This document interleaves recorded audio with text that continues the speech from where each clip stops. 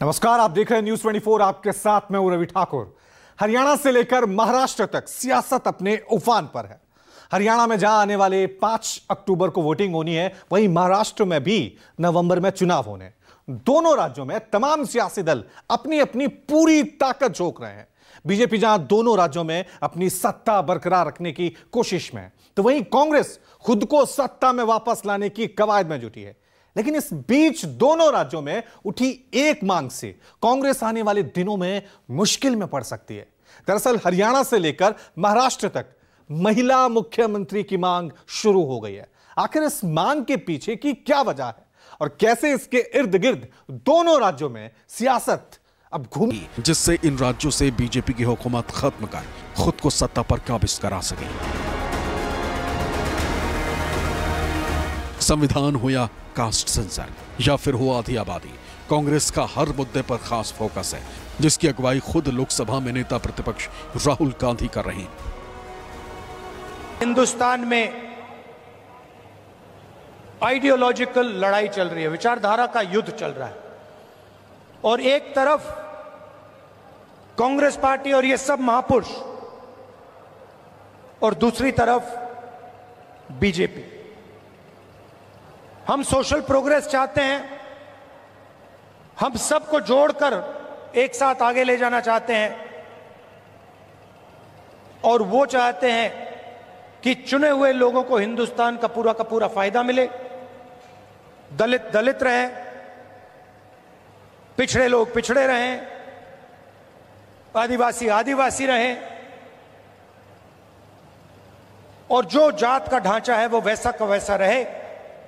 ये हम दोनों के बीच में लड़ाई है। बीजेपी के लोग हिंदुस्तान के संविधान को खत्म करना चाहते हैं। सीधी सी बात है, आप देख लीजिए, जहां भी ये अपने लोग डाल सकते हैं वहां ये अपने लोग डाल देते हैं। चाहे वो इलेक्शन कमीशन हो, चाहे वो शिक्षा के इंस्टीट्यूशंस हो,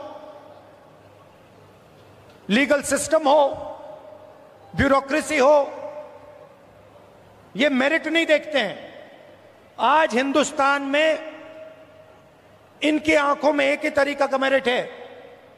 अगर आप आरएसएस के हो तो मेरिट है, अगर आरएसएस के नहीं हो तो आपके लिए इन संस्थाओं में कोई जगह नहीं। और हर रोज ये कॉन्स्टिट्यूशन पर आक्रमण करते रहते हैं, कोई ना कोई नया तरीका ये निकालते रहते हैं। हमने जाति जनगणना की बात की, हमने कहा कि देखिए, देश में पता लगाना है कि किसकी कितनी आबादी है और किसका कितना हक बनता है।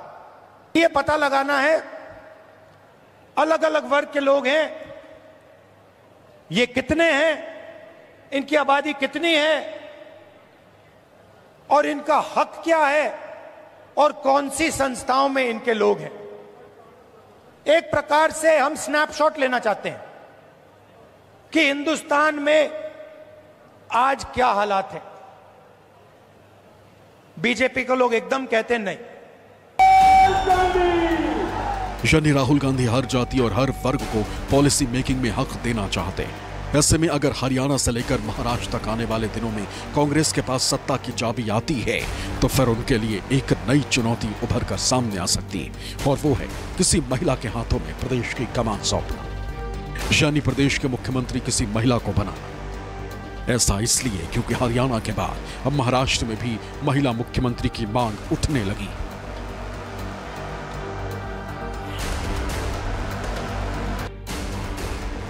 महाराष्ट्र में इसकी शुरुआत कांग्रेस सांसद वर्षा गायकवाड़ ने की। वर्षा गायकवाड़ के मुताबिक एमवीए यानी महाविकास अघाड़ी में कई ऐसी महिलाएं जो प्रदेश की कमान संभालने में सक्षम है।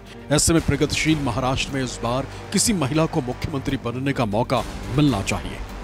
अगर महिला मुख्यमंत्री बनती है तो बहुत सारी सक्षम महिलाएं जिनको मुख्यमंत्री पद दिया जा सकता है। और एक महाराष्ट्र एक पुरोगामी प्रगत राज्य है, जिसमें राजमाता जिजाऊ, क्रांतिज्योति सावित्रीबाई फुले, और आपको मालूम है कि रमाई हो या प्रणेशका।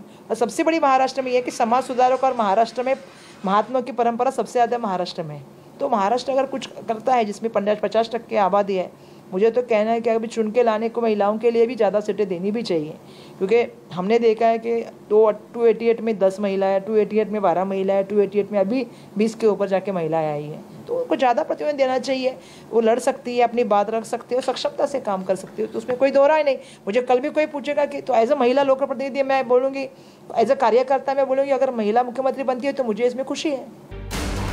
वर्षा गायकवाड़ की माने तो महाविकास अघाड़ी में शामिल एनसीपी शरद की सुप्रिया सुले और शिवसेना उद्धव ठाकरे गुट से रश्मि उद्धव ठाकरे को भी मुख्यमंत्री बनाया जा सकता है। इनके अलावा कांग्रेस में भी कई ऐसी महिलाएं हैं जो प्रदेश का नेतृत्व करने की क्षमता रखती हैं। हर पार्टी में महिला सक्षम होती है, उसको मौका मिलने का ज़रूरत होता है। दुर्भाग्यवश कुछ लोग पार्टी की महिलाओं को आगे नहीं लाते। राष्ट्रवादी कांग्रेस में तो अभी उनकी सभी कुछ जो है उनके पार्टी का अलग स्ट्रक्चर है, तो उनके तो पार्टी उनकी है तो सुप्रिया को है। उद्धव ठाकरे जी की पार्टी में रश्मि ठाकरे जी है, उनकी खुद की पार्टी है। हमारी पार्टी में ऐसा है कि हमारी पार्टी बड़ी पार्टी है और नेशनल लेवल की पार्टी, हमारा निर्णय भी नेशनल लेवल पे होता है और हमारे पार्टी की एक प्रक्रिया रहती है कि एमएलए चुन के आके उसके बाद तो हमारे पास भी बहुत सारी महिलाएं हैं जो 4-4, 5-5 बार चुन के आई है। सक्षमता से लोग उनको चुन के देते हैं, तो उसमें से बहुत सारी महिलाएं हमारे यहाँ पे जो अच्छा काम करती है। वर्षा गायकवाड़ ने अपनी लिस्ट में पूर्व सीएम उद्धव ठाकरे की पत्नी रश्मि ठाकरे को भी रखा है, लेकिन शिवसेना यूपीटी की ओर से इस बात को पूरी तरह से खारिज कर दिया गया कि बिना वजह रश्मि ठाकरे का नाम ना लिया जाए। रश्मि ठाकरेंनी कधीही राजकारणात इंटरेस्ट घेतलेले नाही, ते त्यांच्या पतीच्या सोबत असतात, याचा अर्थ ते राजकारणात आहे असं होत नाही। त्यामुळे महिला मुख्यमंत्री व्हायला पाहिजे, पण कारण नसताना रश्मि वहिनीचं नाव असता कामा नये। बात जब महिला सीएम पर छिड़ी तो शिंदे की शिवसेना भी सामने आई और कांग्रेस पर करारा पलटवार किया। कांग्रेस जो है एक महिला विरोधी पार्टी है। आज महाराष्ट्र के सरकार ने मुख्यमंत्री लाडली बहना योजना जो शुरू की है, उसको बार बार कांग्रेस इस योजना को बदनाम कर रही है, इस योजना का विरोध कर रही है। इनके लोग कोर्ट में भी जा रहे हैं और सुनील केदार जो नागपुर से है, वो एक एमएलए है, जेल में जा चुके हैं किसी बैंक घोटाले की वजह से, और उन्होंने कहा है कि हमारी सरकार आएगी तो हम इस योजना को बंद करेंगे। तो जिस पार्टी की मानसिकता ही महिला विरोधी है, वो जब महिला मुख्यमंत्री होने की बात करते हैं तब वो झूठा लगता है। ये हजम नहीं होता कि कांग्रेस इस प्रकार की बात करते हैं। वर्षा जी रश्मि ठाकरे जी के बारे में बात कर रही हैं और ये लाड़की बहन योजना के बाद या उससे प्रेरित होकर अब ये लोग महाविकास अघाड़ी लाड़की बाई को योजना चलाना चाहते हैं। तो लगे रहिए, मुझे पता है कि आप लोग डर गए हैं, लेकिन याद रखिए आप लेक लाड़की हैं महाराष्ट्र की, और आपकी तरह सुप्रिया सुले जी भी हैं और प्रणीति शिंदे भी हैं, लेकिन महाराष्ट्र के हर लाड़की बहन और लेक लाड़की ने ये तय किया है कि इस बार जीत सच्चाई की होगी और इस बार जीत महायुति की होगी। मैं पूछना चाहती हूँ कि बताइए, भाजपा और शिवसेना क्या किसी महिला को उन्होंने मंत्री बनाया क्या? किसी महिला को मंत्री नहीं बनाया। ये जो अभी मंत्री बने हैं, ये तो अभी अजित दादा के ग्रुप से आए हैं, उनको महिला बाल विकास मंत्री बनाया गया है। अब सवाल उठता है कि वर्षा गायकवाड़ ने महिला मुख्यमंत्री का जो मुद्दा उठाया है उसके क्या सियासी मायने हैं, तो ये भी समझ लीजिए। वर्षा गायकवाड़ मौजूदा वक्त में मुंबई नॉर्थ सेंट्रल से कांग्रेस की सांसद है। बीते लोकसभा चुनाव में बीजेपी के उज्जवल निकम को हराकर पहली बार सांसद बनी। इससे पहले 2004 से लगातार अब तक 4 बार से धारावी की विधायक। इस दौरान 2 अलग अलग टर्म में वो प्रदेश सरकार में मंत्री भी रह चुकी।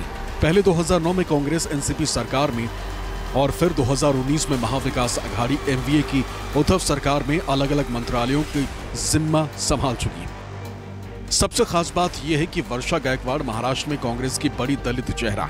वर्षा के पिता एकनाथ गायकवाड़ 2017 से 2020 तक मुंबई कांग्रेस के अध्यक्ष रह चुके और मौजूदा वक्त में सांसद के साथ ही अब वर्षा गायकवाड़ मुंबई कांग्रेस अध्यक्ष का भी जिम्मा संभाल रही है। जून 2023 में जब वर्षा गायकवाड़ को भाई जगताप की जगह मुंबई कांग्रेस की कमान सौंपी गई थी, तब ये कहा जा रहा था कि कांग्रेस पार्टी दलित महिला को अध्यक्ष बनाकर दलित मतदाताओं को साधने की कोशिश में है। साथ ही देश भर के दलित मतदाताओं को ये मैसेज भी दिया गया कि कांग्रेस पार्टी दलित नेताओं को पार्टी में प्रतिनिधित्व देने के लिए तैयार है, जिसका फायदा भी कांग्रेस को लोकसभा चुनाव में मिला। खासकर महाराष्ट्र में कांग्रेस को सबसे बड़ी पार्टी बनाने में दलित और महिला वोटर्स का सबसे बड़ा योगदान माना जाता। मुंबई कांग्रेस अध्यक्ष वर्षा गायकवाड़ का बयान ऐसे समय में आया है जब सरकार को लगता है कि लाडली बहन योजना से उसको ज्यादा फायदा मिलेगा और इसके प्रचार प्रसार में सरकार पूरी तरह से जुटी हुई है। इस बयान के 2 मायने निकाले जा रहे हैं। एक मायने ये है कि इसको लाडली बहन योजना के काउंटर के तौर पर देखा जा रहा है, तो दूसरा मायने ये है कि इससे वर्षा गायकवाड़ ने मुख्यमंत्री पद पर अपनी दावेदारी भी मजबूत की है।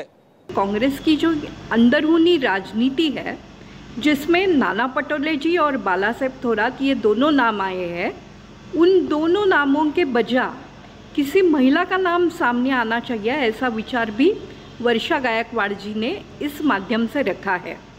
वर्षा गायकवाड़ जी खुद जुझारू नेता है, लेकिन उन्हें मुख्यमंत्री पद के लिए आगे आने के लिए समय है।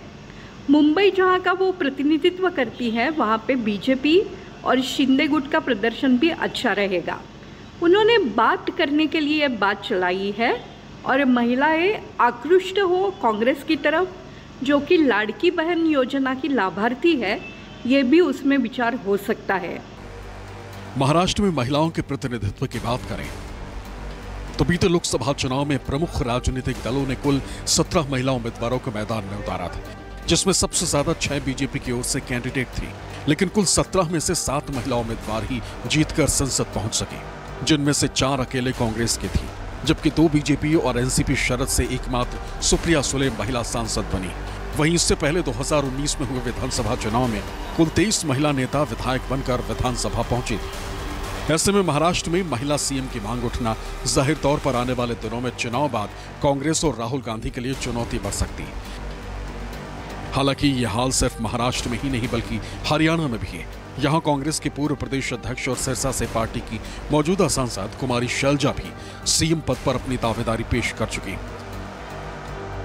सबकी उम्मीदें भी होती हैं,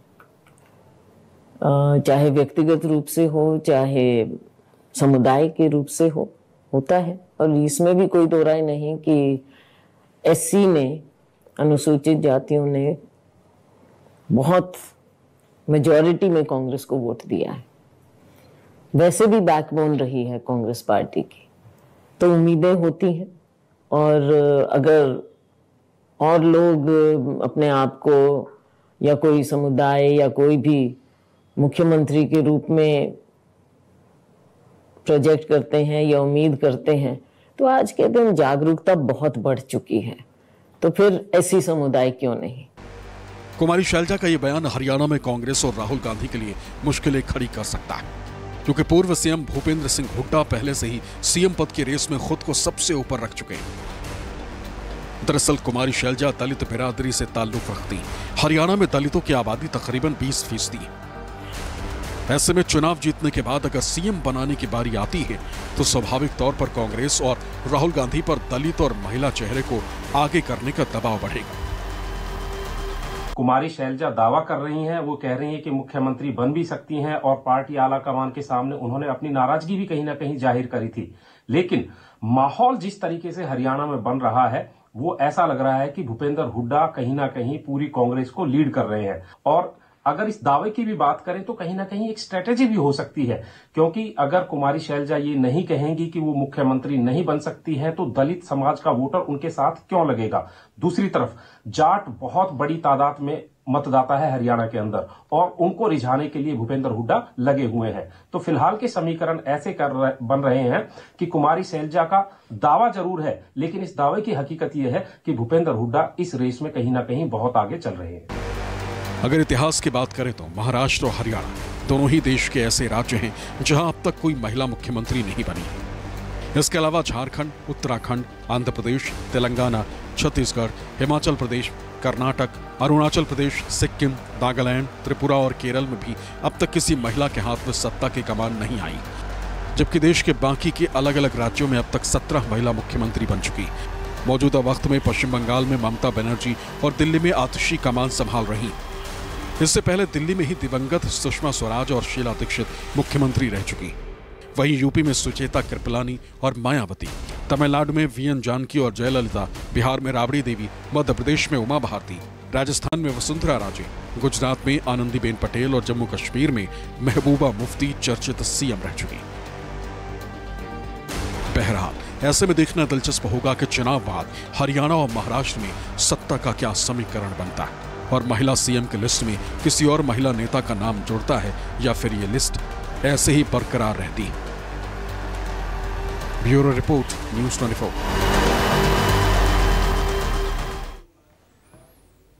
महाराष्ट्र में कांग्रेस नेता का महिला मुख्यमंत्री की मांग करने के पीछे की वजह महायुति सरकार की लाडकी बहन योजना को बताया जा रहा है। आखिर शिंदे सरकार की यह योजना क्या है और कैसे महायुति में शामिल बीजेपी, शिवसेना और एनसीपी इसे भुनाने में जुटी हुई है, यह रिपोर्ट देखिए।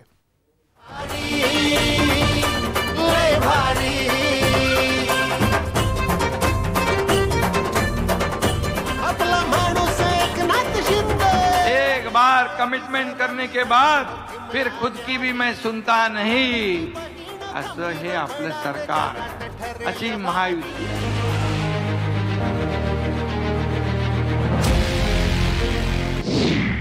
महाराष्ट्र, जहां इस वक्त महायुति यानी बीजेपी, शिवसेना और एनसीपी की साझा सरकार है। अब तक के समझौते के मुताबिक तीनों ही दल आने वाले विधानसभा चुनाव में साथ उतरने की तैयारी में। प्रदेश की सत्ता पर अपना कब्जा बरकरार रखने के लिए पूरी ताकत झोंक रखे और अपने इसी मंसूबे को पूरा करने के लिए महायुति की सरकार ने एक खास योजना बनाई। ये योजना है आधी आबादी यानी महिलाओं के लिए। नाम है मुख्यमंत्री माझी लाडकी बहन योजना। वैसे तो इस योजना की शुरुआत अगस्त में ही हो गई, लेकिन अब इस योजना की आखिरी तारीख बढ़ाने से प्रदेश की सियासत गर्मा गई। आखिर क्या है मुख्यमंत्री माझी लाडकी बहन योजना और इस स्कीम के क्या है सियासी मायने, आपको बताएंगे। लेकिन उससे पहले जरा सुनिए कि इस योजना के बहाने मौजूदा महायुति सरकार के कैप्टन और वाइस कैप्टन किस तरह आधी आबादी को साधने की कोशिश कर रहे हैं। Commitment, commitment is commitment. एकदा शब्द दिला की तो आम्ही फिरवत नाही आणि शब्द दिल्यानंतर ते काय कुठेतरी सिनेमात कोणतरी म्हणतो ना, एक बार कमिटमेंट करने के बाद फिर खुद की भी मैं सुनता नहीं, असं हे आपलं सरकार आहे, अशी महायुती आहे। पण माझ्या बहिणींनो, तुम्हाला एक गोष्ट सांगतो, आमच्या मुख्यमंत्र्यांच्या उपस्थितीमध्ये जोपर्यंत तुमचा देवाभाऊ या ठिकाणी आहे, अरे हायकोर्टामध्ये मोठ्यात मोठा वकील उभा करू, आम्हाला या राखीची आण आहे, काही झालं तरी या योजनेवर स्थगिती येऊ देणार नाही, त्याकरता प्रयत्नांची शर्त करून आम्ही त्या ठिकाणी हायकोर्टामध्ये केस लढवू। पण भगिनींनो, यांची नियत समजून घ्या। आज कुठे बहिणींच्या खात्यामध्ये पैसे यायला लागले तर लगेच यांच्या पोटात दुखायला लागलं।